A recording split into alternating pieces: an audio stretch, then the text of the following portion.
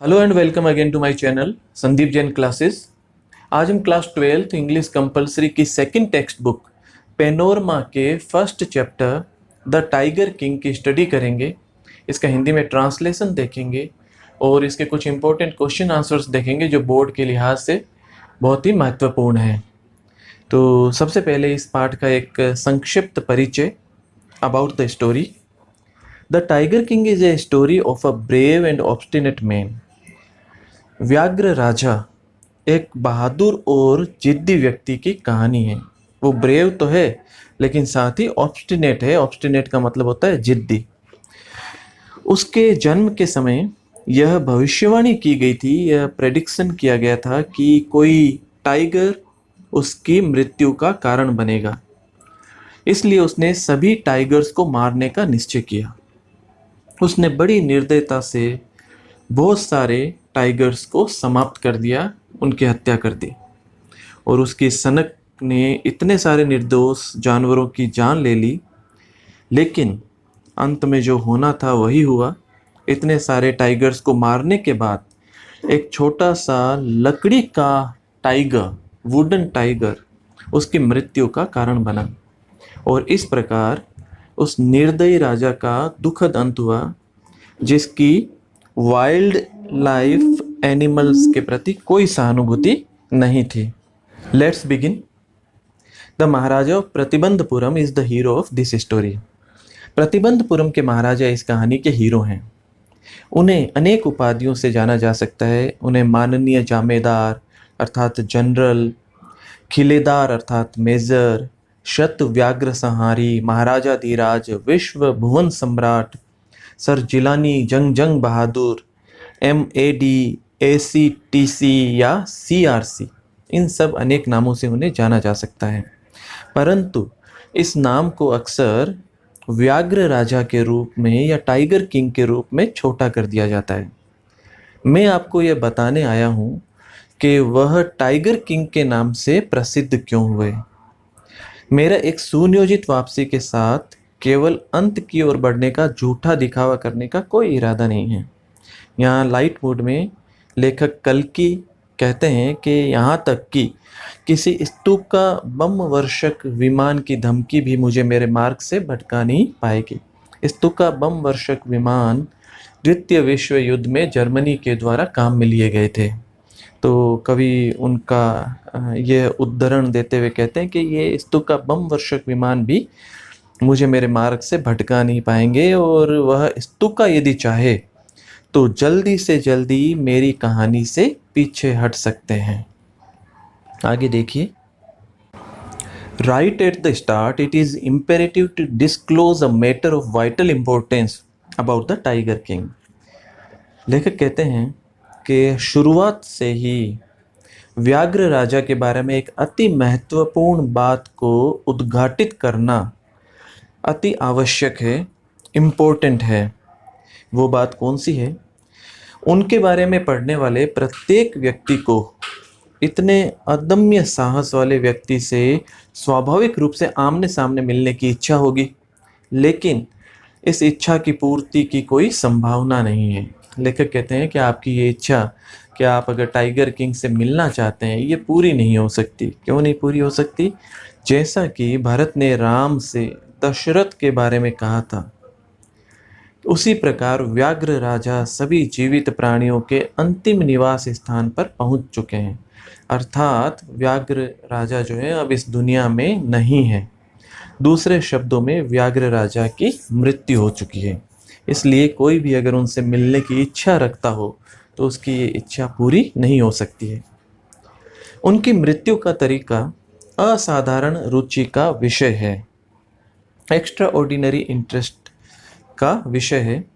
उसे कहानी के अंत में ही प्रदर्शित या उजागर किया जा सकता है। उनकी मृत्यु का सबसे शानदार पक्ष यह था कि उनके जन्म लेते ही ज्योतिषियों ने यह भविष्यवाणी कर दी कि एक दिन टाइगर किंग को वास्तव में मरना पड़ेगा। उन्होंने एक कोई अनोखी ये भविष्यवाणी कर दी कि one day the Tiger King would actually have to die, कि एक दिन उन्हें मरना पड़ेगा। तो यहाँ पे देखिए कि व्यंग्य का प्रयोग किया गया है लेखक के द्वारा। वो ज्योतिषी क्या कहते हैं कि यह बच्चा बड़ा होकर योद्धाओं का योद्धा, नायकों का नायक, चैंपियंस ऑफ चैंपियंस, विजेताओं का विजेता बनेगा। लेकिन, और इतना कहकर उन्होंने अपने होठों को चबाया और थूक गटका, यानी कहने में, बात को कहने में हिचकिचा रहे थे। जब उन्हें अपनी बात जारी रखने के लिए बाध्य किया गया, तब ज्योतिषियों ने यह आश्चर्यजनक बात कही। क्या बात कही उन्होंने? उन्होंने कहा कि यह एक रहस्य है जिसे थोड़ा सा भी प्रदर्शित नहीं किया जाना चाहिए। हम इसे बताने के लिए बाध्य हैं। इस नक्षत्र में जन्मा बालक एक दिन अवश्य मृत्यु को प्राप्त होगा। उन्होंने ये भविष्यवाणी की। At that very moment, a great miracle took place. उसी क्षण एक महान चमत्कार हुआ। 10 दिन की आयु के जिलानी जंग बहादुर के होठों से ये शब्द निकले। कौन से शब्द निकले? कि ओ वाइज प्रोफेट्स, ओ बुद्धिमान भविष्यवक्ताओं। और जब सबने ये शब्द सुने, हर कोई आश्चर्य से जड़वत खड़ा रह गया। उन्होंने आंखें फाड़ फाड़ कर एक दूसरे को देखा, पलकें झपकाई। दोबारा आवाज आई कि ओ बुद्धिमान भविष्यवक्ताओं, यह मैं था जो बोला। और इस बार संदेह का कोई आधार नहीं था। सभी को पता लग गया कि 10 दिन पहले जन्मे शिशु ने ही इतने स्पष्ट रूप से ये शब्द कहे थे। प्रधान ज्योतिषी ने अपना चश्मा उतारा और तीव्र रुचि और ध्यान के साथ में नजरें गड़ाकर उस बालक को देखा। वो उसे देखते रह गए। पैदा हुए सभी व्यक्तियों को एक दिन मरना ही है। बालक दोबारा बोला। क्या बोला? कि पैदा हुए सभी व्यक्तियों को एक दिन मरना ही है। यह जानने के लिए हमें तुम्हारी भविष्यवाणियों की आवश्यकता नहीं है। यदि तुम हमें उस मृत्यु का तरीका बता पाओ तो इससे कुछ समझदारी होगी, इसमें कुछ समझदारी होगी। उस शाही शिशु ने अपनी छोटी सी और तीखी आवाज में, इस क्विकी वॉइस में यह शब्द कहे। सभी आश्चर्यचकित रह गए थे। प्रधान ज्योतिषी ने आश्चर्य से अपनी अंगुली अपनी नाक पर रख ली। Placed his finger on his nose in wonder. मुश्किल से 10 दिन का एक बालक बोलता है। बड़ा आश्चर्य हुआ। 10 दिन का बालक हुआ है और बोल रहा है।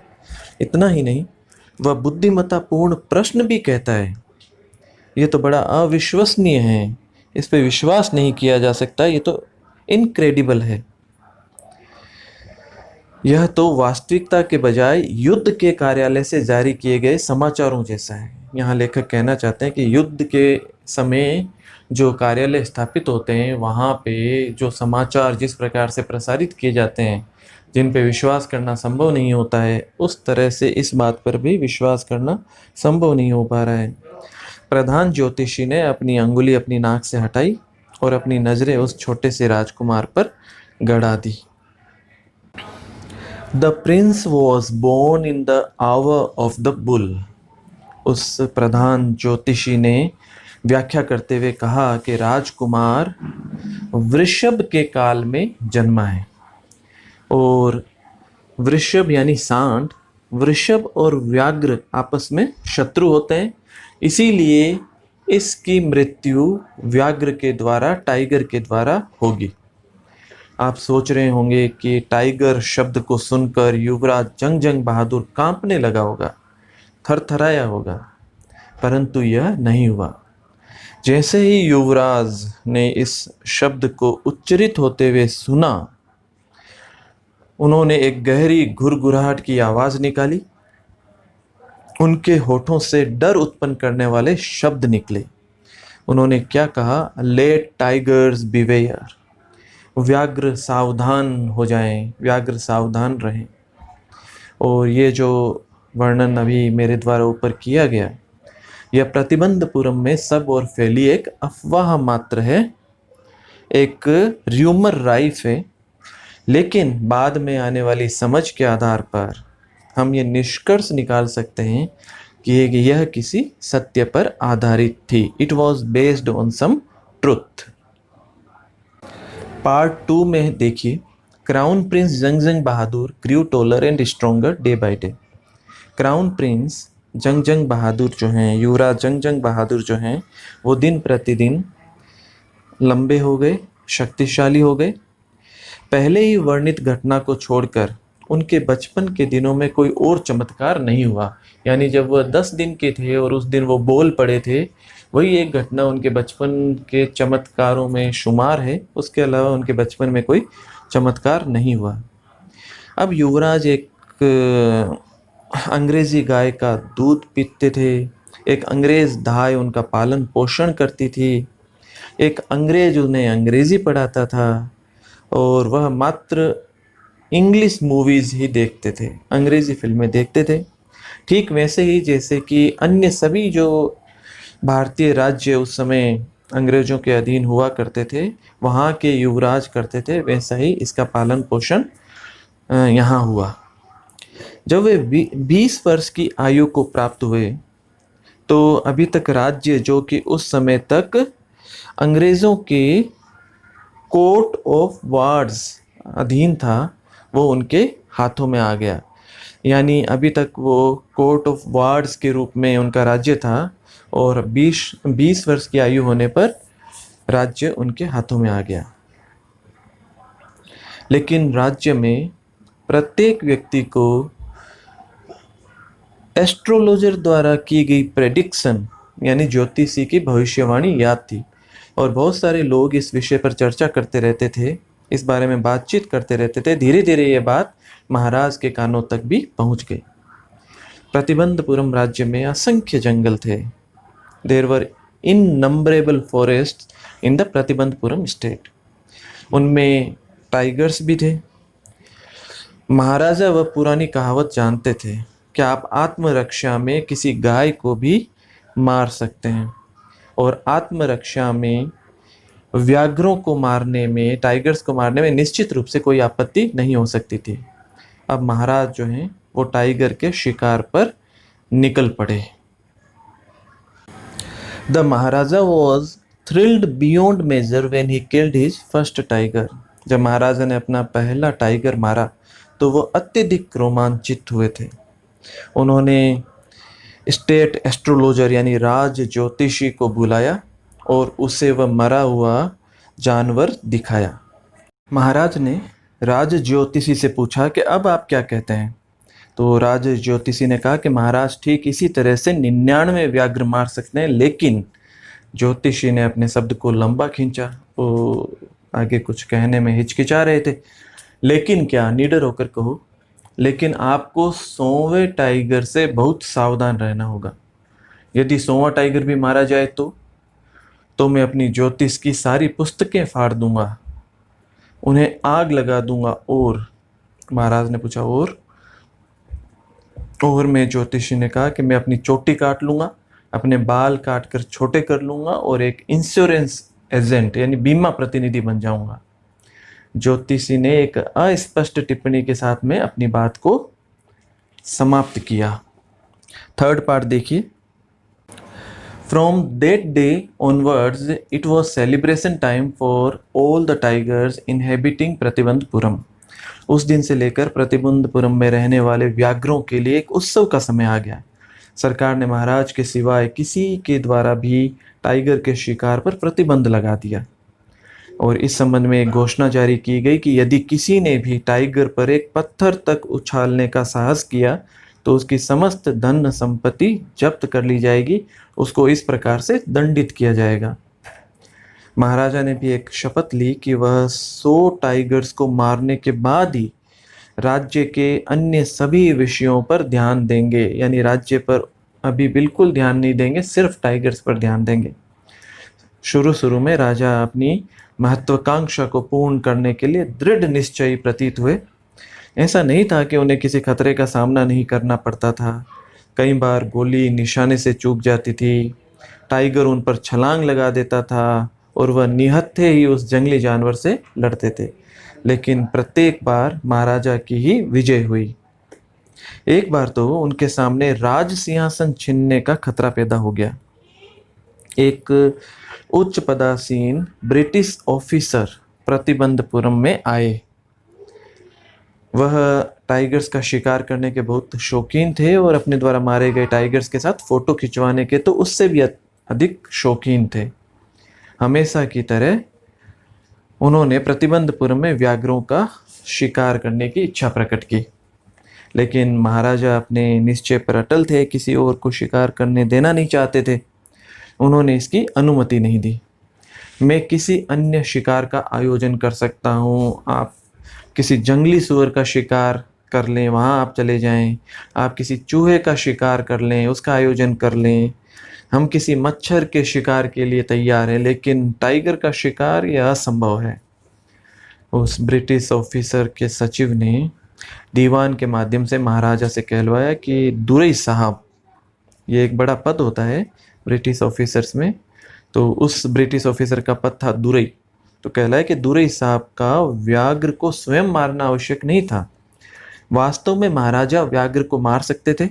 दुरई के लिए तो व्याघ्र के मृत शरीर पर, उसकी लाश पर बंदूक हाथ में लेकर खड़े हुए स्वयं का एक फोटोग्राफ, वो ही इम्पोर्टेंट था, वो महत्वपूर्ण था। एक फोटो खींच जाए बस।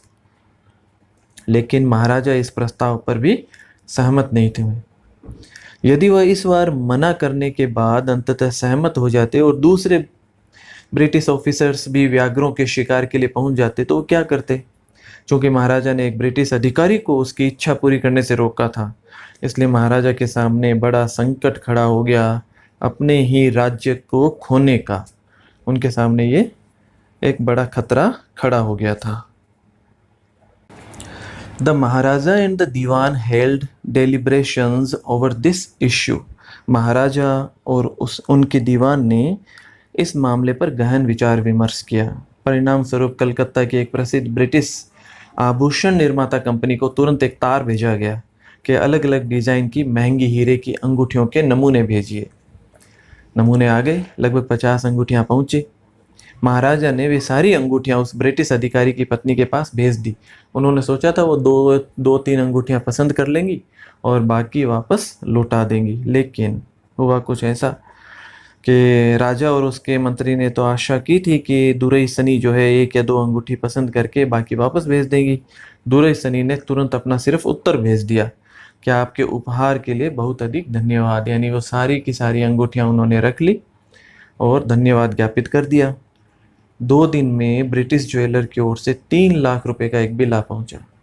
ये भारत की आज़ादी से पूर्व का समय था और 3 लाख रुपए एक बहुत बड़ी रकम उस समय हुआ करती थी। 3 लाख रुपए का बिल आ गया। महाराज लेकिन फिर भी प्रसन्न थे कि भले ही उनके 3 लाख रुपए खर्च हो गए थे, परंतु उन्होंने किसी तरह अपना राज्य बचाए रखा था। इसका पार्ट 4 देखिए। The maharaja's tiger hunts continue to be highly successful. महाराजा के व्याघ्रों के शिकार बहुत सफल होते रहे। 10 वर्ष में वह 70 व्याघ्र मार पाए और फिर एक अप्रत्याशित रुकावट ने उनके अभियान को रोक दिया। प्रतिबंधपुरम के जंगलों में व्याघ्रों की जनसंख्या लुप्त हो गई। व्याघ्र वहाँ से गायब हो गए। यहाँ पे लेखक लाइटली कहते हैं कि कौन जाने व्याघ्रों ने परिवार नियोजन अपनाया या अपमान से बचने के लिए आत्महत्या कर ली, या फिर वह बस उस राज्य से भाग गए क्योंकि वे अंग्रेज़ों के ही हाथों मरना चाहते थे। यहाँ जो हाराकिरी है, यह है जापान में प्रचलित है आत्महत्या करने का तरीका, जिसमें वो अपमान से बचने के लिए वहाँ के समुराई जो है वो हाराकिरी करते हैं, आत्महत्या करते हैं। एक दिन महाराजा ने दीवान को बुलवाया। अपनी बंदूक को हवा में लहराते हुए उन्होंने पूछा कि दीवान साहब, क्या आपको यह बात ज्ञात नहीं है कि मेरी इस बंदूक से अभी भी 30 व्याघ्रों का मारा जाना शेष है? बंदूक को देखकर दीवान साहब कांप गए। कांपते हुए बोले, महाराज मैं कोई व्याघ्र नहीं हूँ, बंदूक को थोड़ा दूर रखें। महाराज ने कहा, कौन मूर्ख तुम्हें व्याघ्र कहेगा, और नहीं कि मैं बंदूक भी नहीं हूँ। तो महाराज ने जब उसकी उल्टी सीधी ये बातें सुनी तो उन्होंने कहा, तुम न तो व्याघ्र हो न ही बंदूक। दीवान साहब, मैंने तुम्हें यहाँ एक अलग उद्देश्य के लिए बुलाया है, मेरा कोई और उद्देश्य है। मैंने विवाह करने का निश्चय किया है। दीवान और भी अधिक बड़बड़ाने लगा कि महाराज, मेरी पहले से ही 2 पत्नियां हैं, यदि मैं आपसे विवाह करूंगा। महाराज ने कहा, बकवास मत करो, मैं तुमसे विवाह क्यों करूंगा, मुझे तो बस एक टाइगर चाहिए। तो दीवान साहब ने कहा, महाराज कृपया एक बार और सोच लीजिए, आपके पूर्वजों ने तलवार से विवाह किया था, यदि आप चाहें तो बंदूक से विवाह कर लें। इस राज्य में एक टाइगर किंग ही बहुत है, और एक टाइगर क्वीन की कहाँ आवश्यकता है। महाराज ने उसकी बात सुनकर जोर से ठहाका लगाया। मैं किसी व्याघ्र या बंदूक से विवाह करने की नहीं सोच रहा हूँ, बल्कि मनुष्य जाति की किसी लड़की से विवाह करने के बारे में सोच रहा हूँ। पहले तुम हमारे देश के अलग अलग राज्यों में टाइगर्स की पॉपुलेशन, उनकी जनसंख्या के आंकड़े इकट्ठे करो। फिर पता लगाओ कि क्या किसी अत्यधिक टाइगर जनसंख्या वाले राज्य के राज परिवार में कोई ऐसी लड़की है जिससे मैं विवाह कर सकूं। दीवान ने उनके आदेश का पालन किया। उसने बड़ी व्याघ्र जनसंख्या वाले किसी राज्य से जहां विवाह योग्य लड़की थी वो ढूंढ निकाली। महाराजा जंग बहादुर जब जब अपने ससुर के यहाँ जाते, वह 5-6 व्याघ्रों को मार देते, और इस तरह प्रतिबंधपुरम के महल के स्वागत कक्ष की दीवारें 99 व्याघ्रों की खालों से सुसज्जित हो गई। अब सिर्फ एक टाइगर का शिकार करना बाकी रह गया था। 5वां और अंतिम भाग देखिए। The maharaja's anxiety reached a fever pitch when there remained just one tiger to achieve his tally of 100। जब महाराजा की 100 की संख्या को प्राप्त करने के लिए बस एक टाइगर बचा था, तो उनकी चिंता जो है वो फीवर पिच पे पहुंच गई, चरम पर पहुंच गई। उन्हें दिन में यही विचार और रात में यही स्वप्न आता। अब तक तो उनके ससुर के राज्य में भी टाइगर्स के क्षेत्र शून्य हो गए थे, वहां पे भी अब टाइगर मिलने बंद हो गए थे। कहीं भी व्याघ्रों को पाना असंभव हो गया था। फिर भी केवल एक और टाइगर की आवश्यकता थी। यदि महाराजा बस उस एक जानवर को मार पाते तो उन्हें कोई डर शेष नहीं रहता। वह टाइगर्स का शिकार पूरी तरह छोड़ देते, लेकिन उन्हें उस अंतिम टाइगर से पूरी तरह सावधान रहना था। स्वर्गीय प्रधान ज्योतिषी ने क्या कहा था? 99 व्याघ्रों को मारने के बाद भी महाराजा को 100वें व्याघ्र से सावधान रहना चाहिए। उस स्वर्गीय प्रधान ज्योतिषी की ये बात उन्हें याद थी। सत्य ही था। आखिरकार टाइगर एक जंगली जानवर है, किसी को भी उससे सावधान या डर कर रहना चाहिए। लेकिन वह 100वां टाइगर कहाँ मिलना था? यहाँ लाइटली बोलते हुए कवि कहते हैं कि व्याघ्र का दूध ढूंढना तो जीवित व्याघ्र ढूंढने से अधिक सरल लग रहा था। इस प्रकार महाराजा निराशा में डूब गए। लेकिन शीघ्र ही एक सुखद समाचार मिला जिससे उनकी निराशा को दूर कर दिया। उनके अपने राज्य में किसी पहाड़ी गांव में भेड़ें प्राय गायब होने लगी। पहले यह सुनिश्चित किया गया कि कहीं यह खादर मियाँ साहब या वीरासामी नायकर का काम तो नहीं है, क्योंकि ये दोनों ही बड़े प्रसिद्ध व्यक्ति थे भेड़ों को पूरा निगल जाने की अपनी योग्यता के कारण। निश्चित रूप से एक टाइगर अपना काम कर रहा था, और गांव वाले महाराज को सूचित करने के लिए दौड़े। महाराज अत्यधिक प्रसन्न हुए और महाराजा ने उस गांव को 3 वर्ष तक सभी करों से छूट की घोषणा कर दी और तुरंत शिकार पर रवाना हो गए। लेकिन the tiger was not easily found. व्याघ्र आसानी से नहीं मिलना था। ऐसा लग रहा था जैसे वह महाराजा की इच्छा की अवज्ञा करने के लिए जानबूझकर कहीं छिप गया। महाराजा भी उतने ही दृढ़ निश्चयी थे। उन्होंने जब तक टाइगर न मिले तब तक वहीं जंगल में रुकने का निश्चय किया, वहां से लौटने से मना कर दिया। जैसे जैसे दिन गुजरते गए महाराज का एक क्रोध, उनका हठ जो है वो खतरनाक रूप से बढ़ने लगा। बहुत सारे अधिकारियों की नौकरी चली गई। एक दिन जब महाराज का गुस्सा अपनी चरम सीमा पर था तो उन्होंने दीवान को बुलाया और बुलाकर उन्हें तुरंत भूमि कर को दोगुना कर देने का आदेश दिया कि इस गांव का भूमि कर दुगना कर दो। पहले जब 100वें टाइगर मिलने की खुशी हुई तो उन्होंने कर माफ़ कर दिए, और अब जब नहीं मिल रहा था तो उन्होंने कहा भूमि कर दुगना कर दो। दीवान ने कहा कि यदि हम ऐसा करेंगे तो लोग जो हैं वो असंतुष्ट हो जाएंगे, और फिर हमारा ये राज्य भी भारतीय राष्ट्रीय कांग्रेस का शिकार हो जाएगा। उस समय भारतीय राष्ट्रीय कांग्रेस भारत की आज़ादी में सक्रिय भूमिका निभा रही थी। तो दीवान साहब ने कहा कि भारतीय राष्ट्रीय कांग्रेस का शिकार हमारा ये राज्य भी हो जाएगा। राजा ने कहा कि यदि ऐसा होगा तो तुम्हें अपने पद से इस्तीफा देना पड़ सकता है। अब दीवान साहब डर गए। दीवान इस बात से आश्वस्त होकर घर गए कि यदि महाराजा को शीघ्र ही टाइगर नहीं मिला तो परिणाम संकट लाने वाले हो सकते हैं। उसकी सांस में सांस तब आई जब उसने उस टाइगर को देखा जिसे मद्रास, वर्तमान नाम जिसका चेन्नई है, मद्रास स्थित पीपुल्स पार्क से लाकर अपने घर में छिपाकर रखा गया था। एक ये बूढ़ा सा पालतू टाइगर था।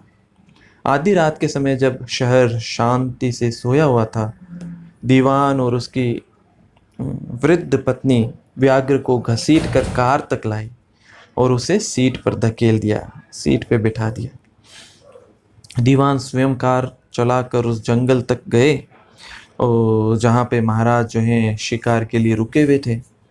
जब वे जंगल पहुँचे तो उस टाइगर ने अपना सत्याग्रह शुरू कर दिया। उसने कार से बाहर आने से मना कर दिया। उसको खींच रहे हैं, वो बाहर नहीं आ रहा, उसकी रस्सी खींच रहे हैं, लेकिन मना कर दिया। उस जंगली जानवर को कार से बाहर नीचे ज़मीन पर धकेलने के अपने प्रयासों में दीवान जो है वो पूरी तरह से थक गए।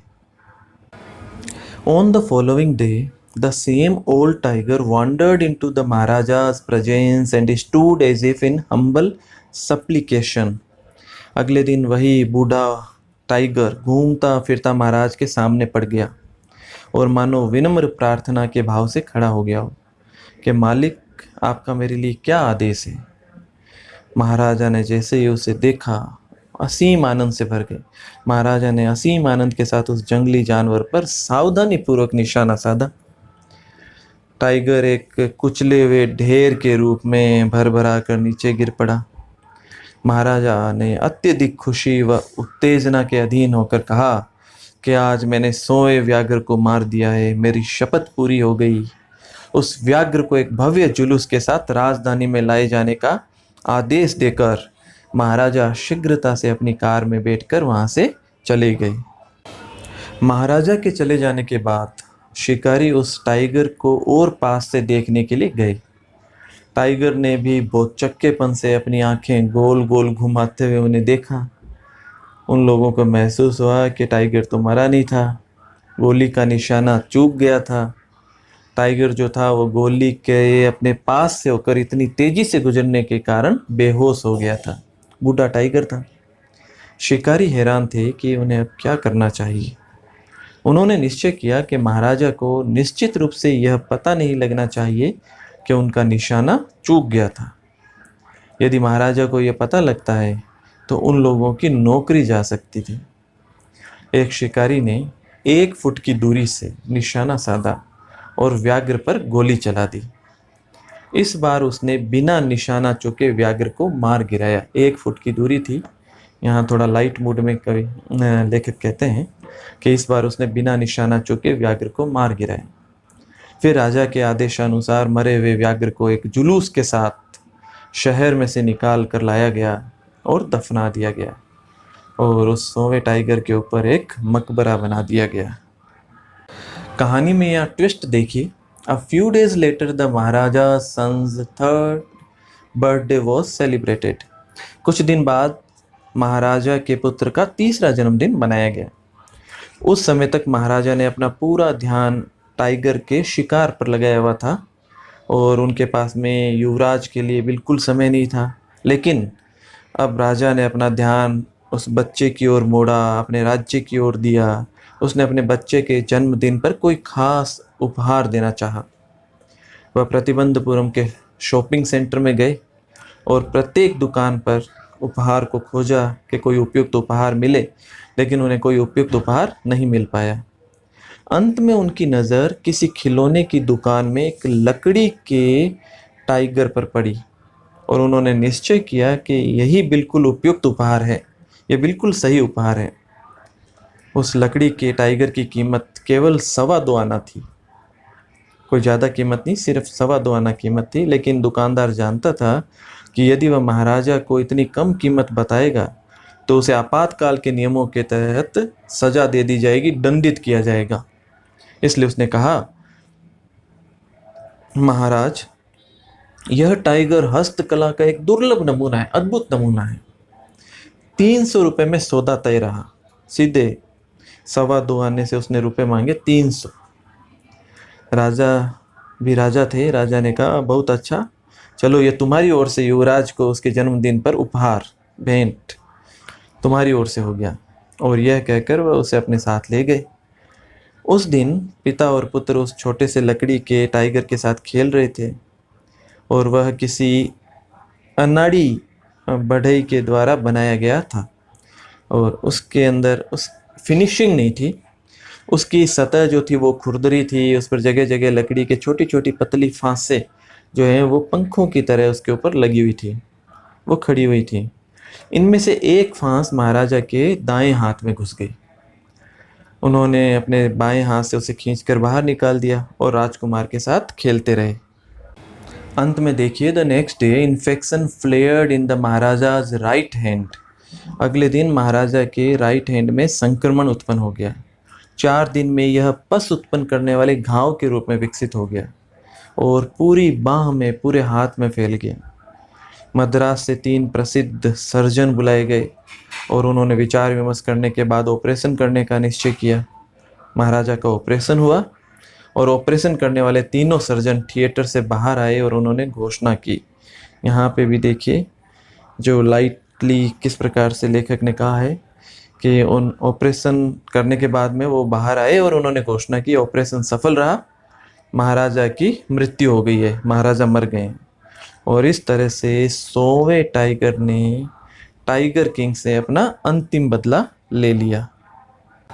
कुछ इंपॉर्टेंट क्वेश्चन आंसर्स जो यहाँ बनते हैं वो है कि who was the Tiger king, why did he get that name, tiger king कौन था, उसका ये नाम कैसे पड़ा। तो हम यहाँ देखते हैं कि tiger king was the king of Pratibandapuram. Pratibandapuram के ये राजा थे और जन्म के समय ज्योतिषियों ने भविष्यवाणी की थी कि इनकी मृत्यु का कारण कोई टाइगर होगा। तो इन्होंने 99 टाइगर्स का शिकार किया, इसीलिए इतने अधिक टाइगर्स को मारने के कारण उनका नाम टाइगर किंग पड़ा। एक और इम्पोर्टेंट क्वेश्चन है, how did the Tiger King come in the danger of losing his throne and how did he save his kingdom. Tiger King पर किस प्रकार से अपने सिंहासन को खोने का संकट आ गया था और उन्होंने किस प्रकार से अपने साम्राज्य को बचाया। ये हमने कहानी में देखा था कि एक बार एक अंग्रेज अधिकारी जो हैं, ब्रिटिश ऑफिसर, वो प्रतिबंधपुरम में घूमने आए थे और टाइगर के शिकार की इच्छा प्रकट की। अगर ये पूरा नहीं हो पाता है तो उसके साथ फ़ोटो खिंचाने की इच्छा प्रकट की, लेकिन महाराज ये नहीं चाहते थे कि कोई अन्य जो है टाइगर का शिकार करे या मृत टाइगर के साथ फ़ोटो ही खिंचाए। तो जब उन्होंने मना कर दिया तो उनके राज्य पे संकट उत्पन्न हो गया। लेकिन उन्होंने फिर कलकत्ता से 50 महंगी अंगूठियाँ, हीरे की अंगूठियाँ मंगवाई और 1 या 2 अंगूठियाँ उनमें से पसंद करने के लिए उस अधिकारी की पत्नी को भिजवाया, लेकिन उसने सारी की सारी रख ली और महाराजा को उसका 3 लाख का बिल चुकाना पड़ा और इस प्रकार से वो इस संकट से बाहर निकल सके। एक क्वेश्चन ये बनता है कि how did the prediction of the astrologer about the king of the Pratibandapuram come true. Pratibandapuram के राजा के बारे में ज्योतिषियों की भविष्यवाणी किस प्रकार से सच्ची सिद्ध हुई। हमने देखा था कि बचपन में ज्योतिषियों ने यह भविष्यवाणी की थी कि राजा की मृत्यु एक टाइगर के द्वारा होगी और राजा जब बड़े हुए तो उन्होंने टाइगर्स को मारना शुरू किया। ज्योतिषियों ने कहा था कि 100वां टाइगर जो है वो आपकी मृत्यु का कारण बनेगा।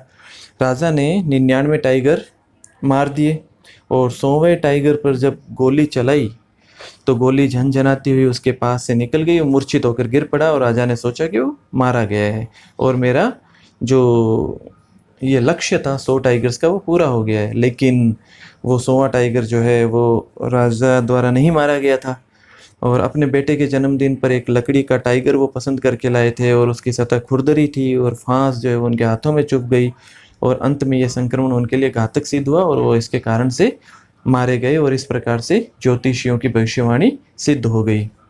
तो ये एक बहुत ही important chapter, first chapter panorama का। आशा है आपको पूरा चैप्टर जो है समझ में आ गया होगा, और इससे संबंधित जो अन्य चैप्टर्स हैं वो समय समय पर हम अपलोड करते रहेंगे। यदि अभी तक आपने हमारा चैनल जो है वो सब्सक्राइब नहीं किया है तो ज़रूर इसे आप सब्सक्राइब करें, तथा ये वीडियोज़ जो हैं निःशुल्क शिक्षा के समस्त वीडियोज़ आप अन्य विद्यार्थियों के साथ भी शेयर करें, ताकि समस्त जो नीडी स्टूडेंट्स हैं वो इस दुविधाग्रस्त काल में इसका उपयोग कर सकें। बहुत बहुत धन्यवाद।